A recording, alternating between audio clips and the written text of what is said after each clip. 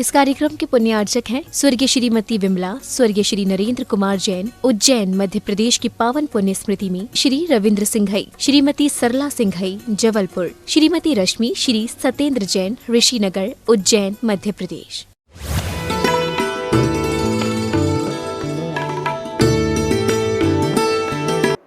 आचार्य जी भी बहुत समतापूर्वक कहते हैं पुजारी से, नौकरों से क्या कहना और श्रावकों से भी क्या कहना जिसको कराना ही नहीं है। आचार्य भगवान ने कहा कोई बात नहीं है बेटा, तुम्हारे समाज के लोगों से कह देना 10 सवा 10 बज गए हैं और भीषण गर्मी है, अभी चलने की शक्ति भी नहीं और संभावना भी नहीं है।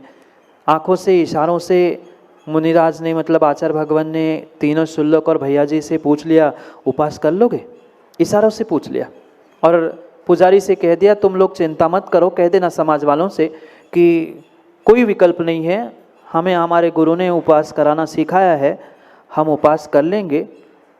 ज़्यादा लगा तो हम शाम को पहुंच जाएंगे क्योंकि 4-5 बजे तक चिलचिलाती धूप रहेगी, संभव नहीं है। हम आज शाम को जैसे ही थोड़ा सा मौसम ठंडा हो जाएगा निकल जाएंगे, हम आज उपवास कर लेंगे, आप विकल्प नहीं करो। पुजारी तो दूध था, समाचार ले आया था, समाचार ले गया, समाज तक खबर पहुंच गई, लोगों को मजाक लगा, ऐसे ही कहते रहते महाराज लोग, तो क्या फर्क पड़ता है, अभी भग जाएंगे।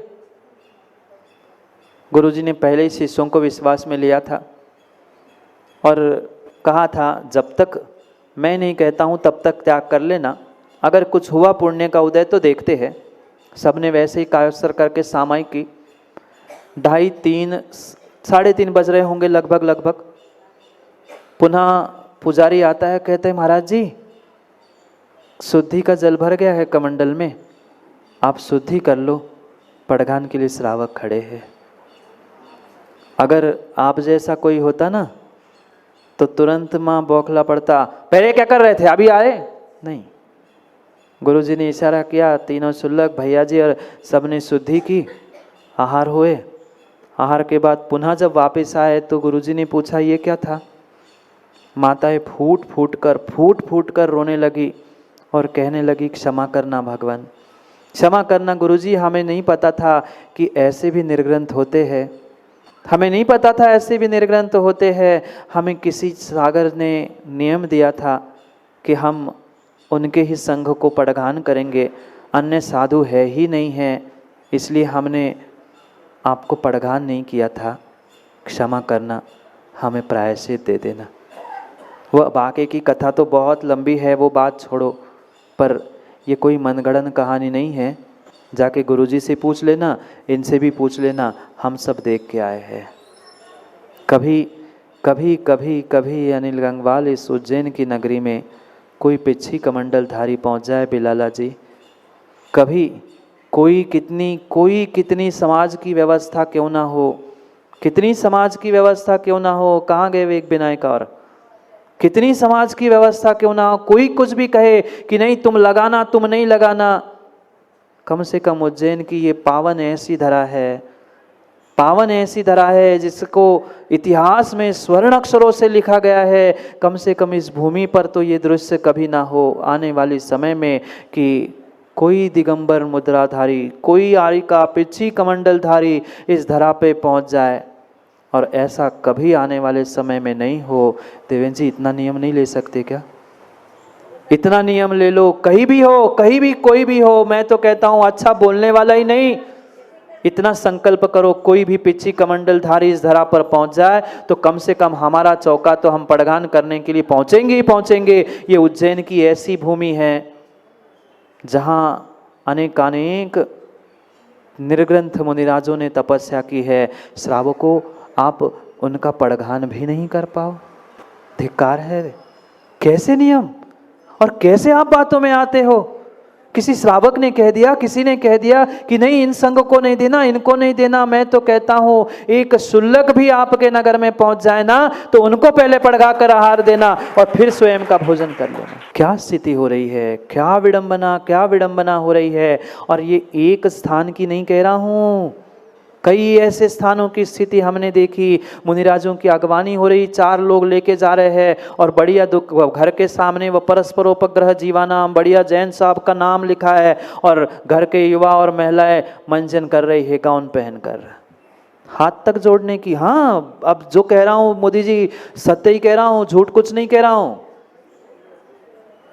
घर के सामने जा रहे हैं, वो नाइट ड्रेस में घूम रहे हैं, ब्रश कर रहे हैं, पर हाथ जोड़ने की, उतरने के नीचे भाव नहीं हो रहा है। प्रक्षीण पुण्यम विनस्ति विचारणम, नीतिकारों ने लिखा मोदी जी, प्रक्षीण पुण्यम विनस्ति विचारम। जब जीव का पुण्य प्रक्षीण क्षीण हो जाता है ना, उसकी बुद्धि भी वैसी होती है। प्रक्षीण पुण्यम विनस्ति विचारम, पुण्य नष्ट होता है तो बुद्धि भी वैसी नष्ट हो जाती है। किसकी परीक्षा कर रहे? किस कुल, किस परंपरा, किस जाति की आप बात कर रहे हैं? जात न पूछो साधु की, पूछ लीजिए ज्ञान। जात न पूछो साधु की, पूछ लीजिए ज्ञान। मोल करो तलवार का, पड़ी रहें दो म्यान।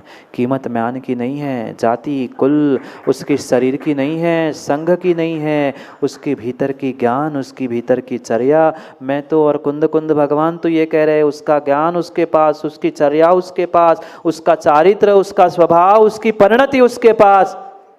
तुम्हें तो दिगंबर मुद्रा, भावी सिद्ध भावी अरिहंत मिले हैं। अरिहंत कभी कवलाहार नहीं करते, सिद्धों को तो आज तक तुमने देखा नहीं, न भविष्य में देखने वाले हो। ये कितना सौभाग्य है, तुम्हारे दारे पर, तुम्हारे दरवाजे पर निर्ग्रंथ खड़े हैं, और वे तो खड़े हैं पर पूछ रहे हैं कासलीवाल जी कि कौन से संघ के हो बताओ, कितने साल दीक्षा को हो गए बताओ, कौन से पंथ को मानोगे बताओ, तो हम पड़गान करके अंदर लेंगे, नहीं तो पड़ोसी में बिलाला खड़े उनके घर जाओ।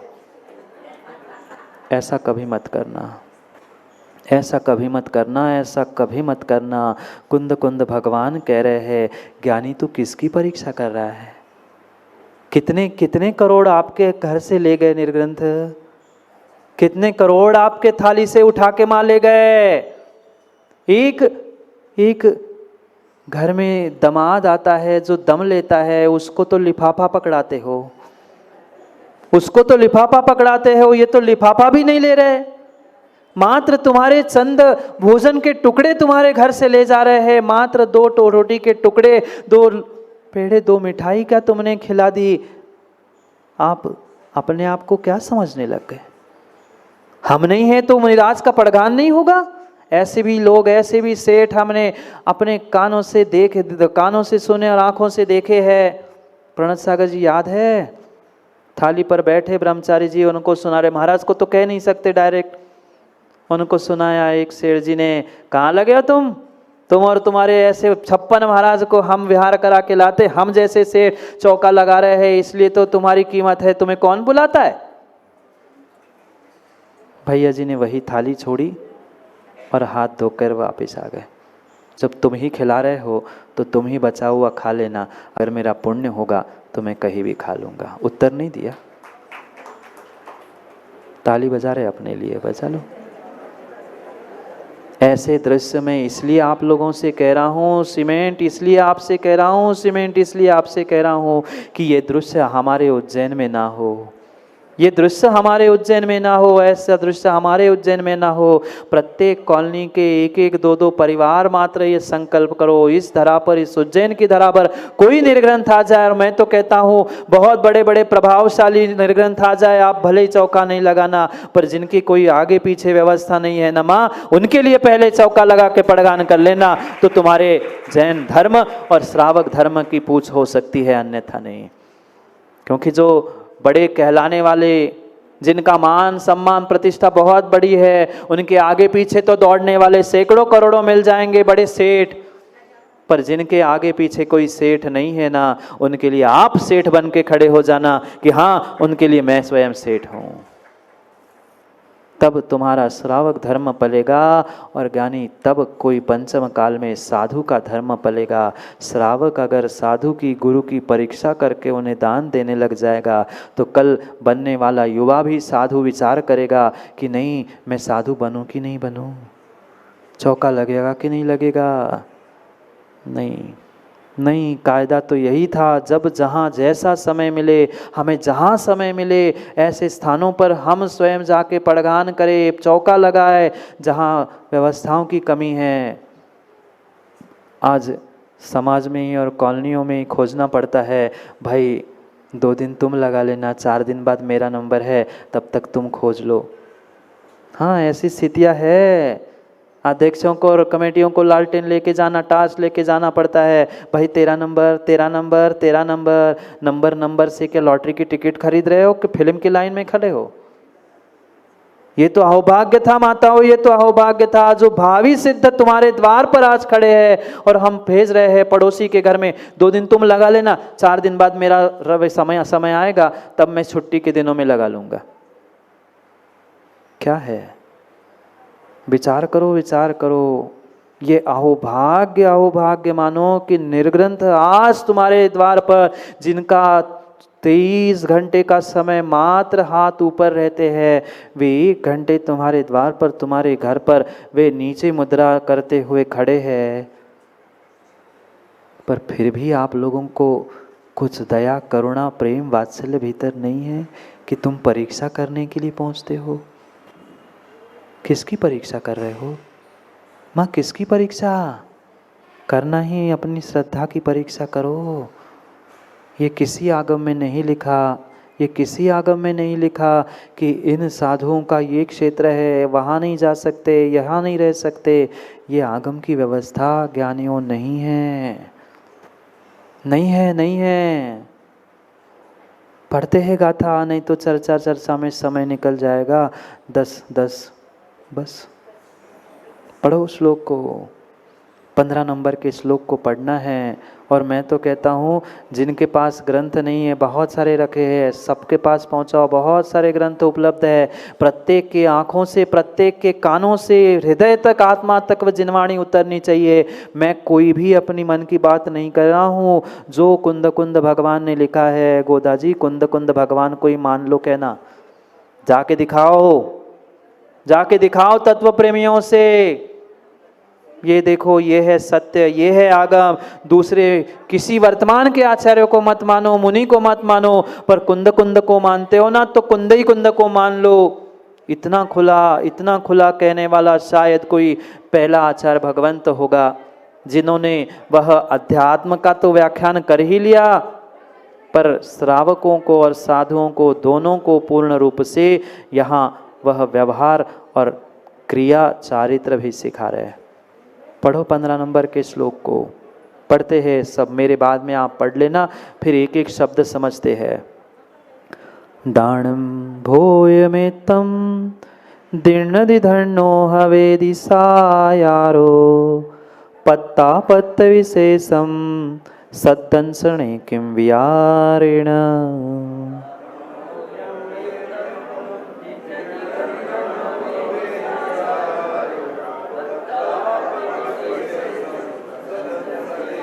पढ़ो पढ़ो पढ़ो, क्या कह रहे हैं? दानम भोयण निमित्तम, तुमने दान दिया क्या? कितना करोड़ का? माँ, एक चौके में करोड़ों लग गए। एक दिन का शुद्ध भोजन आपने बनाया, कितने करोड़ का घाटा हुआ? बोलो। क्या घर में दाल, रोटी, सब्जी, दूध, पानी ये नहीं आता? वही था, मात्र शुद्ध तरीके से बनाना था। पर फिर भी विचार, फिर भी चिंतन, फिर भी व्यवस्था बनानी पड़ती है। सोचो, दानम भोयण में तम, तुमने जो दान दिया, आहार दान दिया, मात्र भोजन के निमित्त से कुछ कौर, कुछ आपने अन्न के ग्रास उनके अंजलि में लिख दिए। दिनदी धन्नो हवेदी सायरो, हे श्रावक, चंद ग्रास, एक ग्रास का तुम टुकड़ा मुनि के निर्ग्रंथ के हाथ पे रखते हो तो तुम धन्य हो जाते हो। मात्र और मात्र निर्ग्रंथ गुरु की दान की अनुमोदना करके धन्य कुमार बना जा सकता है, ऐसे महापुरुष बनाया जा सकता है। 4 त्रियंचों ने भी मात्र ज्ञानी अनुमोदना तो की थी, कहाँ चक्रवर्ती, कहाँ तीर्थंकर जैसे श्रेष्ठ पदों को प्राप्त करके निर्वाण प्राप्त कर गए। महाराज, इसलिए हम भी तो अनुमोदना करते हैं रोज गेट के बाहर खड़े होके। अनुमोदना त्रियंचों के लिए लिखी है, आप कौन है आप सोच लेना। नहीं, मैं नहीं कह रहा हूँ, मैं तो आपको ज्ञानी भैया माँ कह रहा हूँ, आप अपना निर्णय स्वयं करें, स्वयं करे, स्वयं करे, स्वयं करे। आपने चंद पुद्गल के टुकड़े भोजन के निमित्त से दान रूप उनके हाथ में क्या रखे, आप तो धन्य हो गए, आपने तो अपने मोक्ष की टिकट कमा ली। पर कब? कल कहा था शुद्ध मणो, पूरी यात्रा क्रम से चल रही है। शुद्ध मनो, शुद्ध मन से अगर यहाँ पर दान दिया है तो संसार का सब सार सुख तुम्हें मिलेगा, वह तो मिलेगा। और ये तो तुम धन्य हो गए। अरे निर्ग्रंथ के चरण ही तुम्हारे घर में पड़ गए, यही तुम्हारी धन्यता थी, यही तुम्हारी धन्यता थी। आचार्यों ने लिखा है, जिसके घर में निर्ग्रंथ के चरण नहीं पड़ते वह घर कह दूं, जानते तो है महाराज, वह घर शमशान से भी गया बीता है, जिसके घर में निर्ग्रंथ के आज तक चरण नहीं पड़े। पर इसका मतलब ये नहीं है कि बहाने बनाकर घुमा घुमा के 50 गली में से घर में ले जाने का प्रयास करें। हाँ, ऐसे भी जीव होते हैं कि नहीं महाराज जी, थोड़ा सा इस गली में, थोड़ा सा उस गली में, उधर से नहीं, घर ही ले जाना है तो शुद्ध भोजन बनाने का नियम लो, संकल्प करो और पड़गान करो। ऐसा भी नहीं कि महाराज जी नहीं 2 ही दिन लगाएंगे, फिर नहीं है टाइम, अभी आ जाना। हाँ, नहीं तो ऐसे भी होते, और इतनी दूर से इतनी मेहनत से हम आएंगे और आप आओगे नहीं। नियम लो ना, 5 दिन, 10 दिन, 15 दिन, 20 दिन, 4 दिन। हमारी शक्ति, हमने 4 दिन का नियम लिया, भले ही 4 दिन आहार नहीं हो, पर 4 दिन शुद्ध भोजन का और उतने साधुओं की वह आहारचर्या निर्विघ्न हो, इसकी अनुमोदना का तो पुण्य लगेगा। पर क्या करें, हम पहले ही कह के आते, महाराज जी 2 दिन बाद मेरा नंबर है, आप देख लेना, मतलब पहले बता दिया, उपास नहीं करो। आपने वो कह रहा था, ऐसे ही कह रहा था, नहीं कुछ नहीं चाहिए, बस 5 प्रक्षालन कर लेंगे, आहार की थोड़ी कह रहे थे। क्या पूरे ही मूर्ख समझ के रखा है? ठीक है, आपसे कम होंगे समझदार, पर कुछ तो समझ भी तो आता है। निर्ग्रंथ आमंत्रणों से नहीं पहुंचते, निर्ग्रंथ आमंत्रणों से नहीं पहुंचते। यहाँ कितनी गजब की बात कुंद भगवान कह रहे, मेरी मत मानो। मैं पुनः कह रहा हूँ विनायका जी, पड़ोसियों से जाके कान में जोर से चिल्ला के कह देना, जैसे कल जोर से चिल्लाया था ना घंटा घर में, ऐसे उनके कान में जाकर जोर से कह देना, मुझे मत मानो, ना मुझे मानो, वर्तमान के भी किसी को मत मानो, पर कुंद भगवान कह रहे तो उनको तो मानो। तुम दान देकर, 1 ग्रास देकर धन्य हो रहे हो, किम पत्ता पत्त विशेषा, क्या पात्र क्या अपात्र, किसकी खोज कर रहा है? मैं नहीं कह रहा हूं, सामने गाथा रखी है, खोल के देख लो। पत्ता पत्त किम विशेषा, पात्र अपात्र में तुम क्या विशेषता खोज रहे हो? सम्यक दृष्टि कभी उसमें पात्र अपात्र की विशेषता खोजता ही नहीं है। पात्र अपात्र कुपात्र तुम्हारे लिए, मैंने तो निर्ग्रंथ मुद्राधारी, पिछी कमंडलधारी, उस बनने वाले भावी सिद्ध भावी अरिहंत को दान दे दिया। मैं तो धन्य हो गया, मैं तो धन्य हो गया। ये सद्दंसणे विचार्यारेण, ये सम्यक दृष्टि का विचार होता है। सम्यक दृष्टि कभी कभी इस बारे में विचार करता ही नहीं। सद्दंसणे, जो ये सद्दर्शन है, ये सद्लिंग है, जिन लिंग को देखकर परीक्षा मत करो, मत करो, मत करो, मत करो। अष्टपाहुड़ की अगर गाथा सुना दूं ना तो रोए बिना यहाँ से उठ नहीं सकते।